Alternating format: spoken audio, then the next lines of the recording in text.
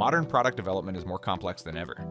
At PTC, the focus is on connecting every stage of the engineering process, from requirements to service, to help teams work smarter and faster.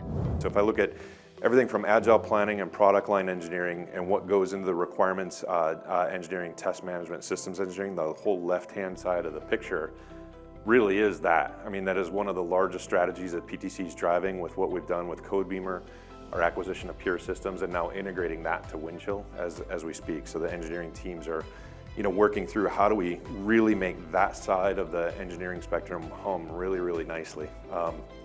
Now, the heritage of the company was based on design and simulation, ultimately in Creo, and that continues to be super strategic and important for us.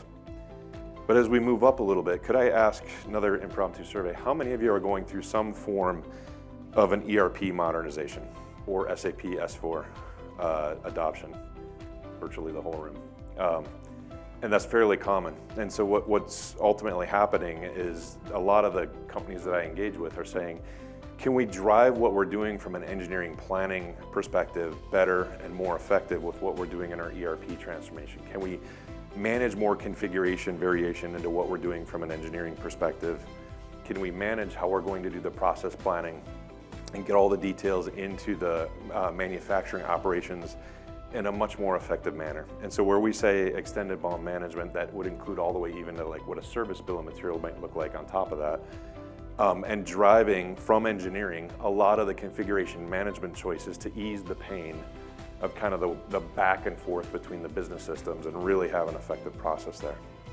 Now, what would represent the middle of the hexagon here, change management is essentially the superpower of all this. If I can track and understand what the change is of an impact, whether it's a change in requirement, a change in supplier, a change in anything, how can I track that through and have, good effectivity and control over that so that you can have, kind of high assurance around the quality. So everything kind of in the middle is super important on that front. Now I'm going to flip to the other side, if you don't mind. We'll have a little Q&A session as well, so don't hesitate to dig into some of these with me. If we look at things that are still causing friction, another impromptu. How many of you are exchanging information with suppliers via email? A little weird. And we understand why, right? There's a multitude of different ways, but as we think about how can we improve the way that we do supply chain collaboration, have more effective ways to do co-development with those suppliers, get them more plugged in, have better continuity of that information exchange. It weighs on us from a product planning perspective, and we can kind of talk about that. I alluded to a little bit about process planning and instructions for the workforce, particularly whether it be in the factory or in service. It's a huge investment area for us, is essentially making it easier to get access to that information that we have in our data for the folks that are actually putting these products together or servicing the products for that matter.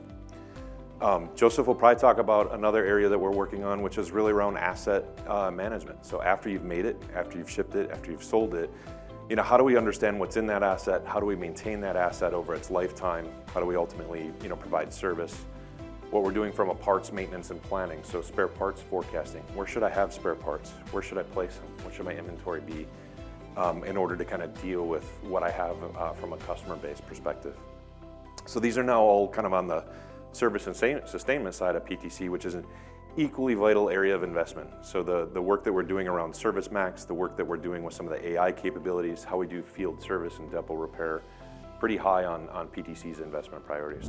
By connecting every stage of the product lifecycle, PTC is helping companies streamline operations, improve collaboration, and deliver better results for customers and patients alike.